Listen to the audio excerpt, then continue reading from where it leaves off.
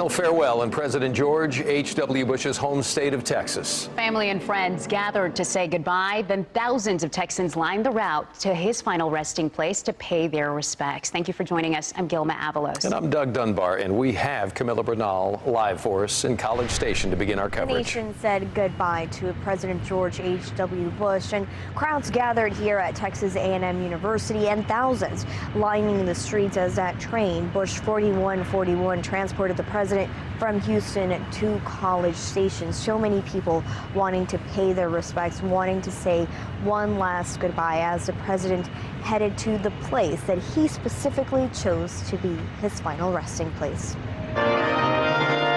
The life of George H.W. Bush honored on Thursday by friends and family. George Herbert Walker Bush is the most gracious, most decent, most humble man that I will ever know, and it's the honor of a lifetime to share his name. Former Secretary of State James Baker delivered a eulogy for his best friend, recounting the president's many accomplishments. After becoming the youngest naval aviator, he served in increasingly responsible positions on behalf of his country. And giving insight into the man behind the presidency. George Bush was a charter member of the greatest generation. His humor. He would look at me and he'd say, "Baker, if you're so smart, why am I president and you're not?" And humility. "Be kind to people," he would say. And he was. The state funeral culminating this afternoon with a journey aboard the Bush 4141, a rare locomotive commissioned in 2005 to honor the president. The train, once operated by Bush himself, carrying the statesman to his final resting place at Texas A&M University, where he'll be laid to rest beside his late wife Barbara and their daughter Robin, marking the end of a life, but not a legacy. Because our glory, George, was to have had you as our president and as such a friend. And it was just so moving to hear and see that 21 aircraft salute flying over us here at Texas A&M University. It was the perfect goodbye for a Navy aviator, a World War II veteran, and the 41st President of the United States. Reporting live in College Station, Texas, I'm Camilla Bernal. Now back to you. Camilla, thank you so very much. And rewinding the day a little bit, the president took a 70-mile train ride through parts of Texas today. Large crowds and some small, but all of them lining the route from Spring to College Station, taken by that locomotive, Bush 4141, to pay their respects. We were there as the train pulled into the town of Magnolia, as well as Navasota. People gathered in those towns to watch, and the train slowed down for them, giving them more of a chance to say their goodbyes. This train holds a special significance for Mr. Bush. Bush 4141 was commissioned 13 years ago for an exhibit at his presidential library. This is the 8th presidential funeral train in U.S. history. It was a practice that was started by Abraham Lincoln and last used by former President Dwight D. Eisenhower almost 50 years ago. Today, the train's 6th car has been fitted with transparent sides to allow mourners lining tracks and in towns along the route to say their own goodbyes to the 41st president's flag-draped coffin. Once in College Station, the family and the close friends departed that train where the short arrival ceremony, as we aired on CBS, was then held.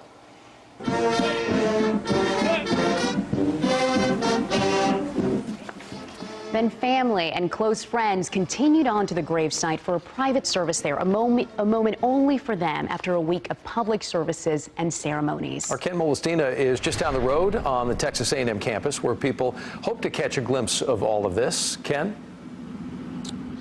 Yes, Doug, and for everybody who came out here, they bared the weather out here today. It was cold and it was rainy, but they came out and they witnessed what many people are describing and as just an absolutely beautiful moment. Take a look over my shoulder. You can see the train 4141 is still stopped here on the tracks. This is where it came to make its final spot, carrying the casket of the president. This was, in fact, the final goodbye for the public who came out here to once again catch that glimpse of the 4141 train as we all know it. The train pulled in at about 3:45 today. There was an honor guard standing by, waiting along with the crowds who showed up here. The doors on the train were open on both sides so that you could clearly see the president's casket as he rode past us all. We even saw George W. Bush with his wife, Laura, step outside of one of the train cars, and they waved at the crowds as they were passing by.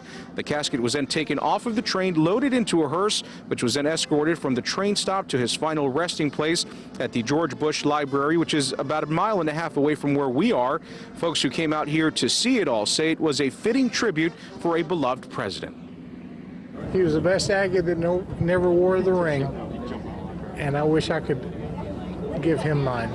This was a great historical moment for me that I'll remember the rest of my life. And I remember working the games. He used to come to the zone, and I was able to shake his hand a couple of times.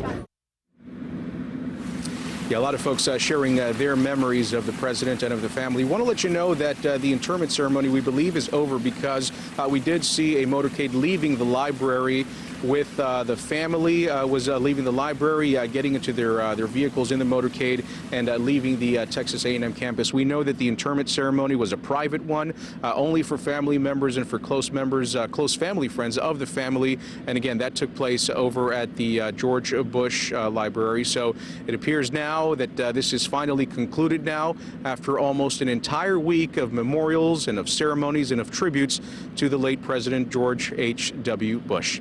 For now, we're live at College Station on the Texas A&M campus. Ken Molestina, CBS 11 News.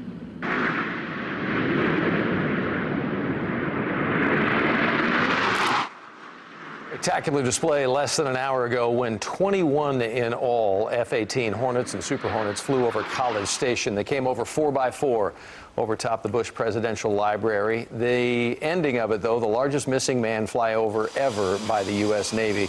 They did all of that, of course, in honoring the late president who flew 58 combat missions himself during his time in the service. Those 21 jets, by the way, gathered yesterday just down the street from all of us at Naval Air Station Joint Reserve Base, which is where they launched from today.